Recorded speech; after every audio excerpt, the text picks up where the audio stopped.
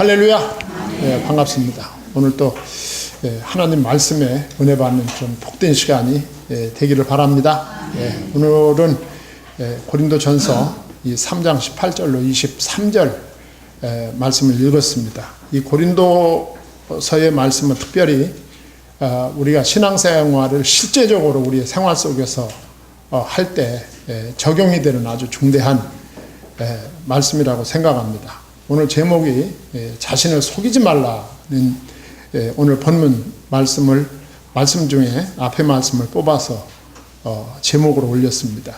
오늘 18절로 23절 말씀 바로 앞에 보면 16절로 17절의 말씀을 한번 보시기 바랍니다. 너희는 너희가 하나님의 성전인 것과 하나님의 성령이 너희 안에 계시는 것을 알지 못하느냐? 누구든지 하나님의 성전을 더럽히면 하나님이 그 사람을 멸하시리라. 하나님의 성전은 거룩하니 너희도 그러하니라. 그랬어요. 자, 오늘 이 말씀을 잘 이해를 하셔야 됩니다. 너희는 하나님의 성전인 것과 너희가 하나님의 성전인 것과 너희가 하나님의 성전이다 그랬어요. 여기 성전은 어떤 건물이나 공간적인 개념이 아니라 성도들을 가리키네요. 성도 여러분들을 가리키는 것입니다. 역사적으로는 고린도 교회 성도들을 가리키는 것이고, 넓게 보면 모든 시대의 성도들을 가리키는 거예요. 너희가 하나님의 성전인 것과 하나님의 성령이 너희 안에 거하시는 것을 알지 못하느냐. 너희는 하나님의 성전이고 하나님의 성령은 너희 안에 거한다. 성전은 곧 너희다 그 말 아닙니까? 그러면서 17절에 보면 누구든지 하나님의 성전을 더럽히면 그랬어요. 하나님의 성전이면 성도들을 가리키는 거죠. 교회를 가리키는 겁니다. 누구든지 하나님의 성전인 교회를 더럽히면, 성도들을 더럽히면 하나님이 그 사람을 멸하시리라. 하나님의 성전은 거룩하니 너희도 그러하니라 그랬어요. 하나님의 성전은 거룩하다. 그 거룩한 성전은 곧 너희다 그 말이죠. 그래서 성전을 더럽히지 말아라 그 말이죠. 교회를 더럽히지 말아라. 교회를 더럽히는 자는 저주받아 멸망을 당하게 될 것이다. 교회는 거룩한 것이니 거룩하게 유지시켜야 된다 라고 하는 말씀이 16절로 17절 말씀입니다. 자, 성전을 더럽히는 것이 뭘까 그러면 교회를 더럽히는 것, 성전을 더럽히는 것, 성도들의 공동체를 더럽히는 것은 무엇을 말할까? 무엇을 말할까요? 무엇을 말할까? 성전을 더럽히는 것은 고린도 전서 전체 문맥에서 보면 교회를 분열시키는 것입니다. 교회를 나누게 만들고 교회를 분열시키는 것이 교회를 더럽히는 것입니다. 이런 사람은 하나님이 멸하시리라 오늘 말씀을 하고 있습니다. 그래서 아까 서두에서 말씀을 드렸듯이 오늘 말씀은 우리의 실제적인 신앙생활에 있어서 굉장히 중대한 메시지를 주는 말씀이라고 생각합니다. 자, 그래서 오늘 우리가 읽은 본문은 고린도 교회가 안고 있는 문제의 가장 근본적인 원인을 다루고 있어요. 고린도 교회는 세파 네파로 분열된 교회였습니다. 같이 앉아서 예배 드리지만 같이 앉아 있는 게 같이 앉아 있는 게 아닌 거예요. 세파 네파로 나누어 가지고 그들이 그 교회를 형성하고 있었어요. 그런데 그 교회의 근본적인 그 문제의 원인이 뭐냐 그거예요. 그 원인은 그들이 가지고 있는 교만 때문입니다. 교만. 고린도 교인뿐만 아니라 고린도 사람들이 이런 교만함이 있었습니다. 그게 무슨 교만함이 있었느냐 하면 자신들의 학벌과 지식에 대한 우월감을 가지고 있었어요. 우리는 그 어느 도시에 어느 지방에 살고 있는 사람보다 우리 고린도에 사는 사람들은 학벌과 지식에 있어서 우리가 월등하다. 따라서 우리는 훌륭한 사람들이다. 다른 사람들하고 같지 않다. 여러분, 이 그릇된 선민의식이 이게 참 문제지요. 그리고 자기들은 지식과 문화의 도시 고린도에 산다는 것이 자부심이었습니다. 우리는 이 지식과 문화의 도시 고린도에 살고 있다. 이 고린도의 시민이라는 것이 그들의 우월감이었어요. 예. 그런데 이런 자만심이 교회 안에까지 들어왔다 그 말이죠. 교회 안에까지 들어왔어요. 예. 그래서 그 고린도 교회 교인들은 자신들만이 진리를 분별할 수 있는 능력을 가지고 있다고 생각을 한 거예요. 예. 왜? 지식이 있으니까. 자신들은 다 남다른 학벌을 가지고 있기 때문에 우리들은 아주 수준 높은 진리를 분별할 수 있는 능력을 가지고 있다. 그래서 그들은요, 고린도 교회 교인들 중에는 상당수의 교인들이 설교자들을 갖다가 마치 안주와 같이 날마다 자기들의 대화 속에 올려놓고 싶는 거예요. 이 사람들은.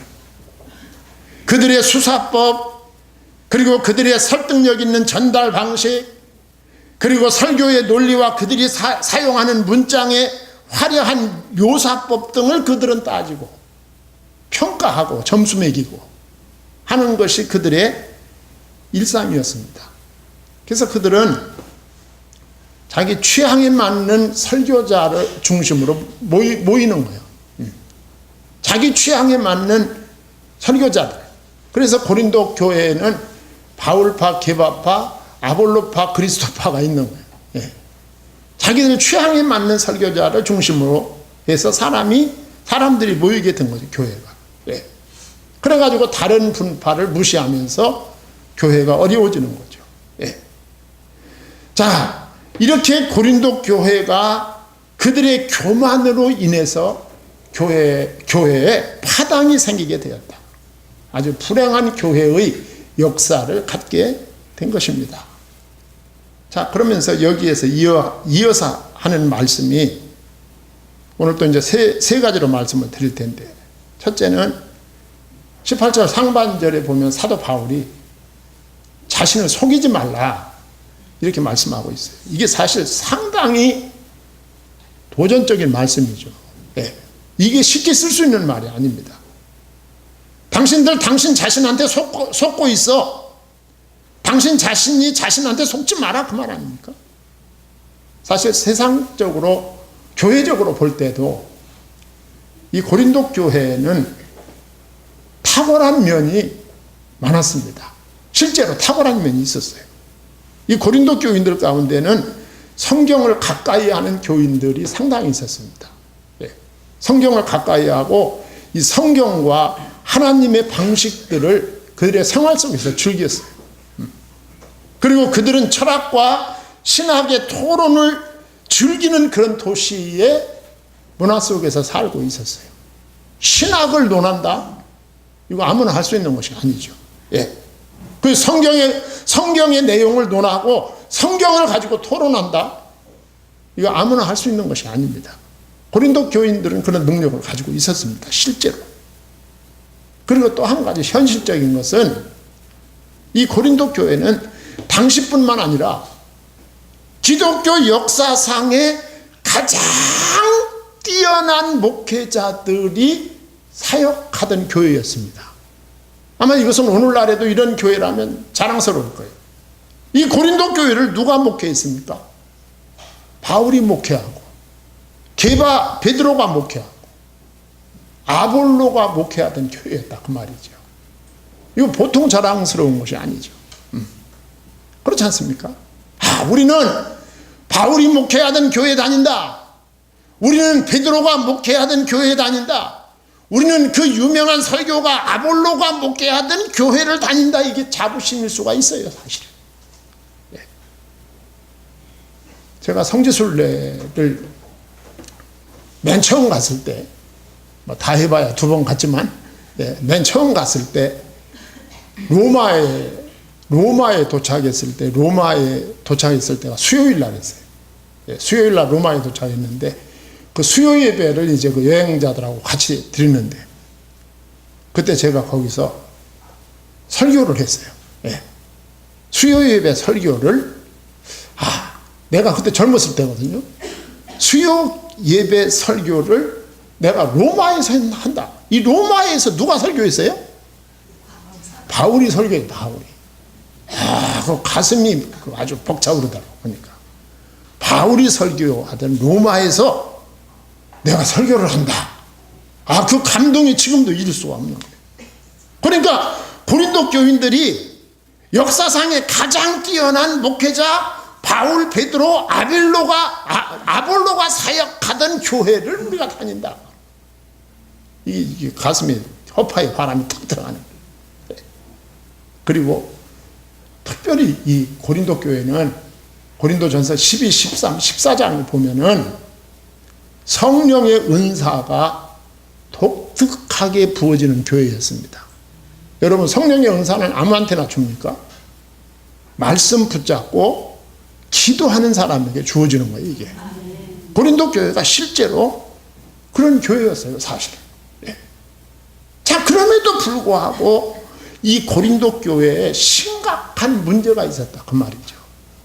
네.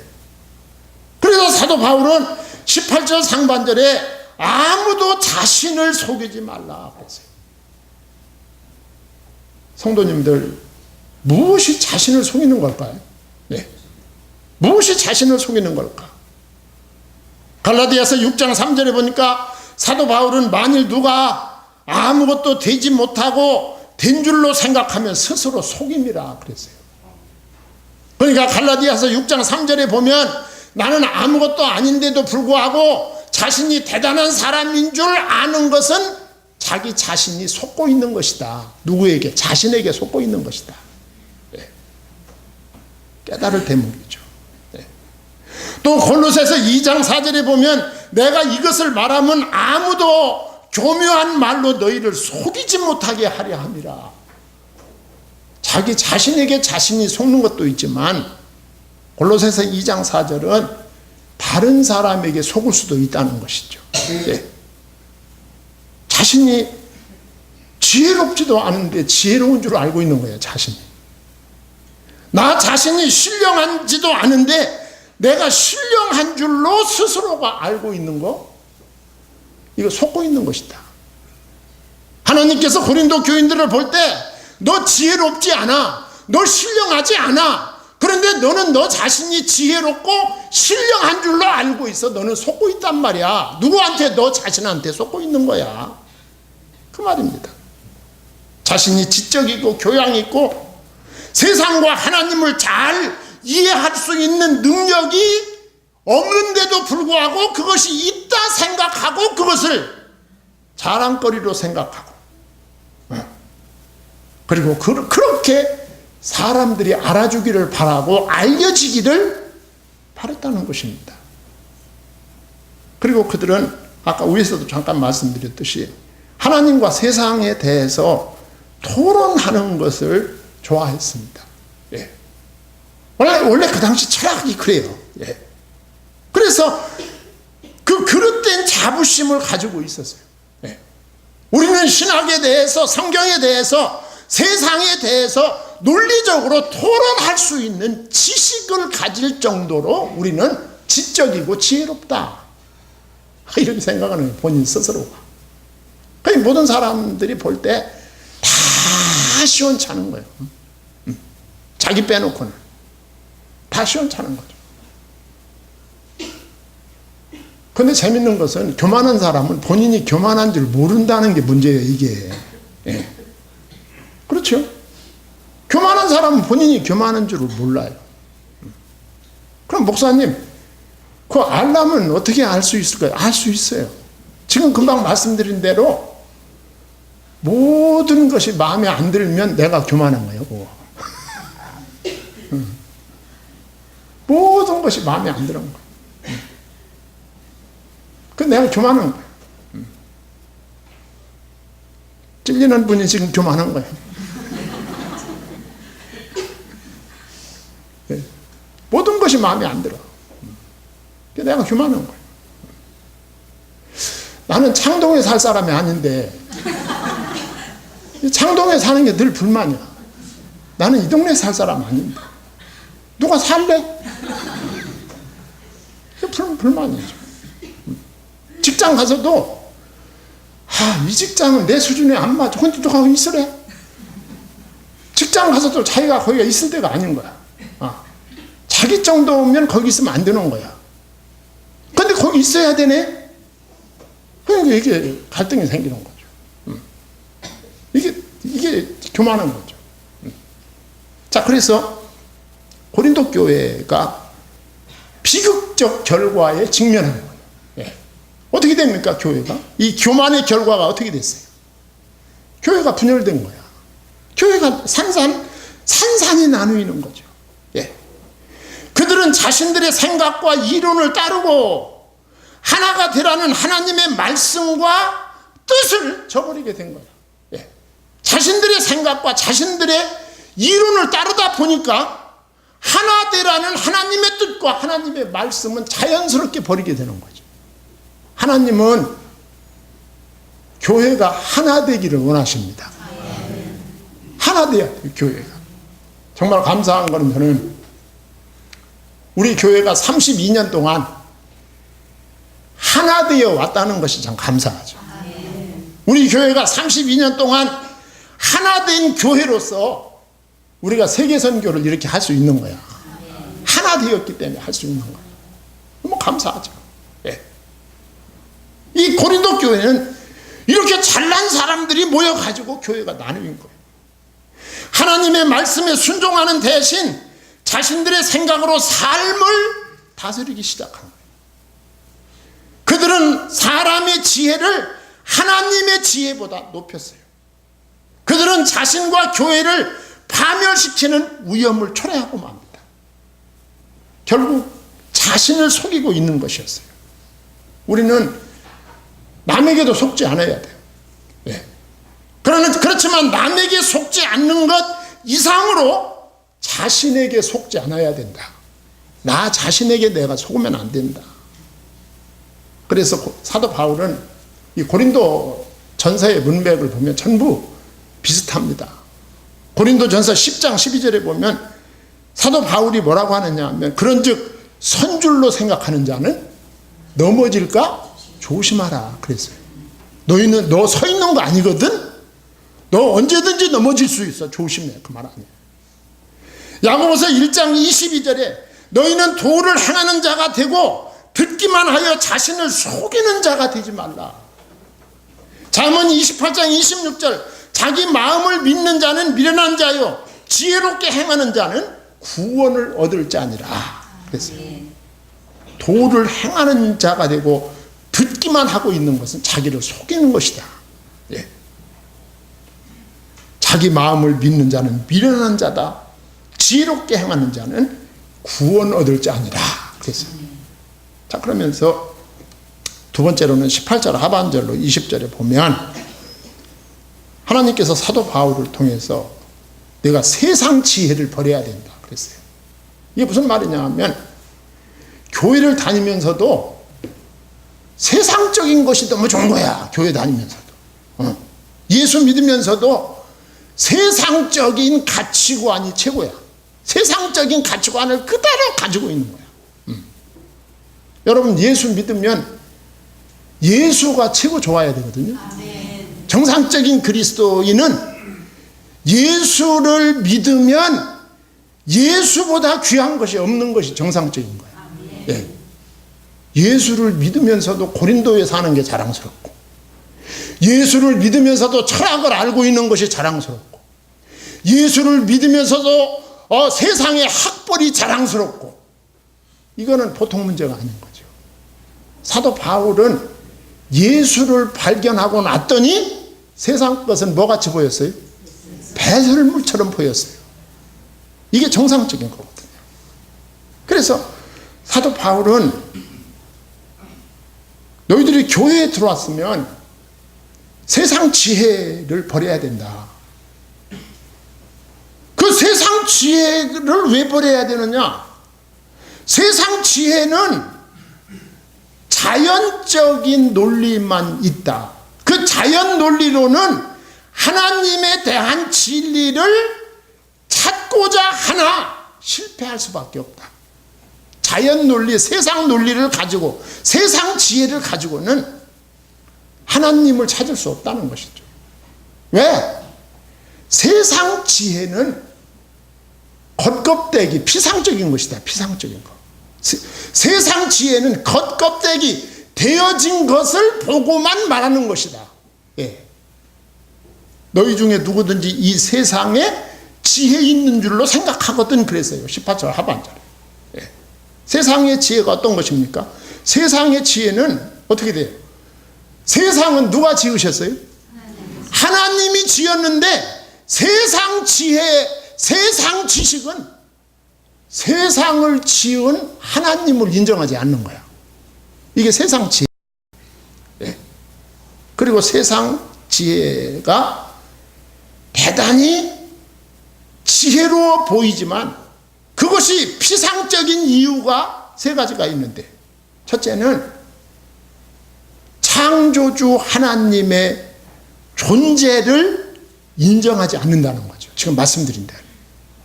하나님은 존재하시는데 하나님이 존재하시는데 그 존재하시는 하나님을 인정하지 않고는 누구도 하나님을 이해할 수 없다는 거죠. 세상 지혜는 존재하시는 하나님을 인정하지 않는데 어떻게 세상 지혜를 가지고 하나님을 알 수 있겠느냐 그 말이에요.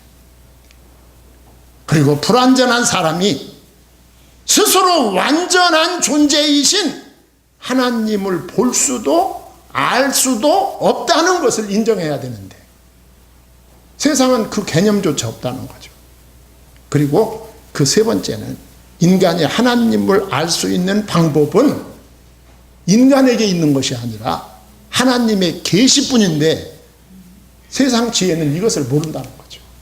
우리가 하나님을 연구해서 알 수 있는 거 아닙니다. 하나님의 계시, 하나님이 자신을 열어서 보여주실 때 그 보여주시는 만큼만 알 수 있는 거야. 하나님에 대해서. 이 방법만이 진리가 알려지는 유일한 길입니다. 어떤 지혜도 이 하나님의 계시와 분리되면 그건 겉껍데기, 피상적인 것이 되고 맙니다. 예.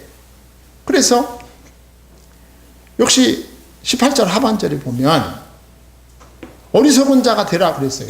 세상은 교회 다니는 사람을 참 어리석게 불쌍하게 여깁니다. 여러분 주변에도 한번 회사에 가시면 그런 사람들이 있어요.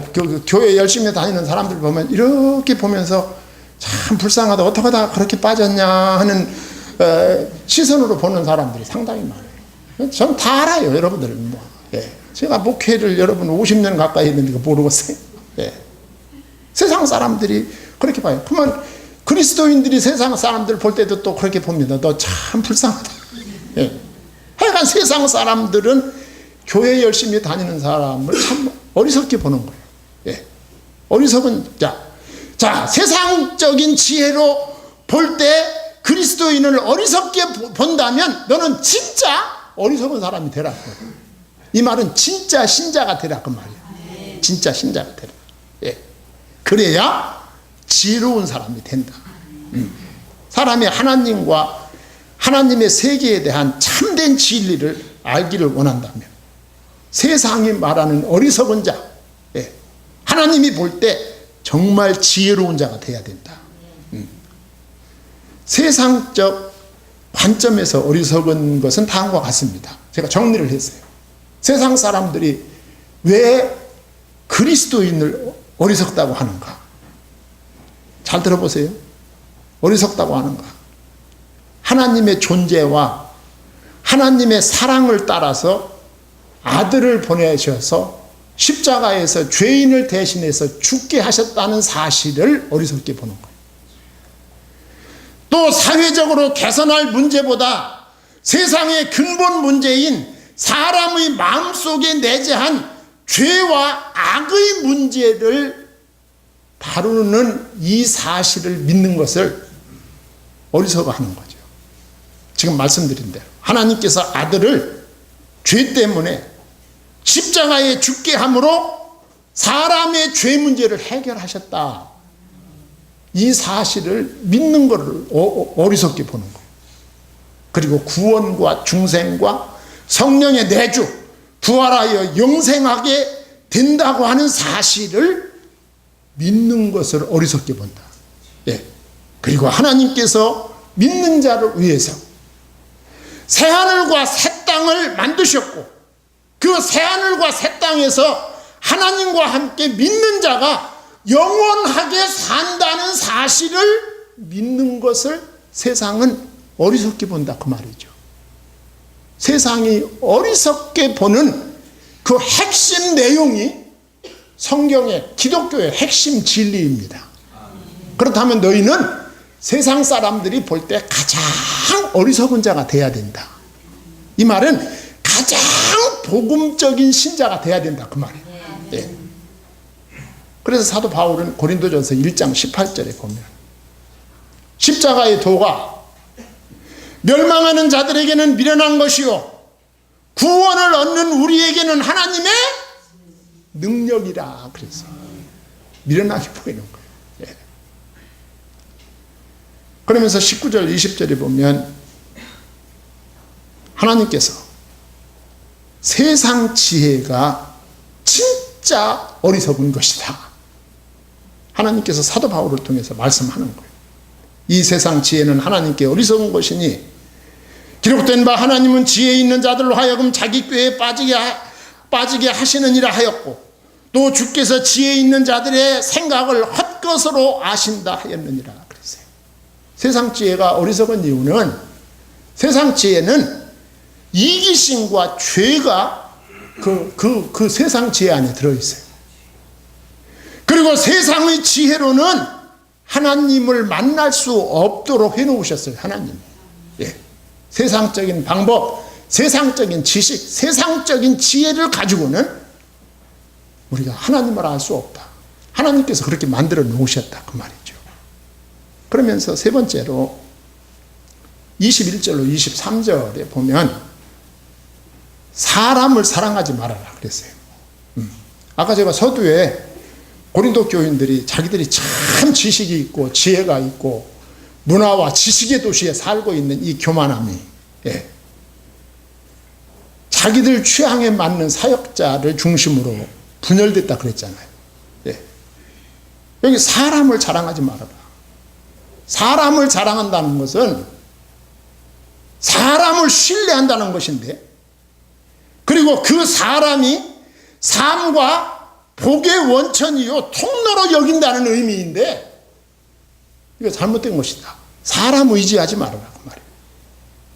찬양과 예배와 높임을 받을 분이 누구다? 하나님 외에 다른 존재가 없다. 예. 사람을 자랑하지 말아야 될 두 가지 이유가 있습니다.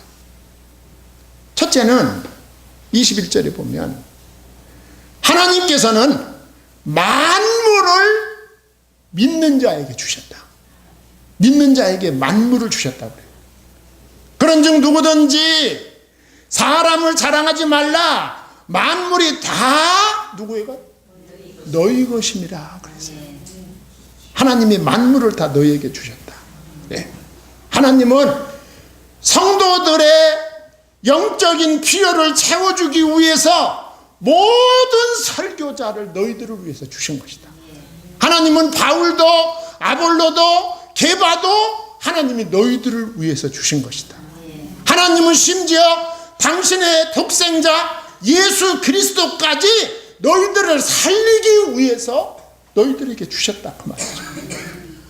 그래서 22절에 보면 바울이나 아볼로나 게바나 세계나 생명이나 사망이나 지금 것이나 장래 것이나 다 누구의 것? 너희의 것이다. 하나님이 너희를 위해서 주신 거야. 사람 숭배하지 마라. 누구만 믿어라? 하나님만 믿어라. 오직 예수 그리스도만 믿어라. 그 얘기입니다. 편가르지 말아라, 그 말이에요. 예. 사람 중심으로 모이지 말고 누구 중심으로? 하나님 중심으로, 예수 중심으로, 복음 중심으로 모여라. 예. 물질기도, 생명도, 현재일이나 장래일도 다 하나님께서 믿는 자에게 복으로 주신 것이다. 예. 이게 21절의 메시지입니다. 21절, 22절의 메시지. 그리고 23절에 보면 믿는 자는 그리스도의 것이고 하나님의 것이다. 너희는 그리스도의 것이다. 모든 만물은 하나님이 내 것으로 주셨고 너는 누구의 것? 그리스도의 것이고 그리스도는 누구의 것? 하나님의 것이니라. 그리스도인은 그리스도로 말미암아 모든 것을 소유하게 되었다. 아마 우리가 예수님을 못 만났으면 어떻게 됐을까요?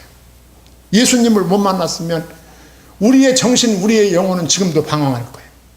온갖 염려와 불확실과 죽음 이상의 것을 가지지 못했을 것입니다. 성도는 그리스도로 인해 생명을 얻습니다. 생명은 사람으로 인해 얻는 것이 아니다. 예. 바울이 너희들에게 생명 준 거 아니다. 아볼로가 게바가 너희에게 생명 준 거 아니다 그 말이죠. 그리스도로 인해 생명을 받은 것이다. 그래서 그리스도인은 누구의 것이다? 그리스도의 것이다. 그리스도의 역할과 사역에 있어서 그리스도는 누구의 것? 하나님의 것이다. 따라서 우주 만물과 교회는 하나님의 것이며 내 것이 되니 교회는 하나고 편가르지 말아라. 교회를 편가르는 것은 교회를 더럽히는 것이다. 교회를 더럽히는 자는 하나님의 징계를 면치 못할 것이다 그 말이죠. 예수님은 하나님의 뜻에 순종하여 사람을 구하려고 이 땅에 오셨습니다.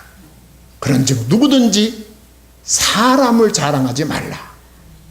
성도 여러분, 우리는 언제 어느 곳에 있든지 하나님의 아들 독생자 예수 그리스도 우리의 중보자가 여러분의 생애 속에 최고의 가치, 최고의 자랑거리가 되기를 소망합니다. 기도하겠습니다. 하나님 아버지, 하나님의 은혜와 사랑을 감사합니다.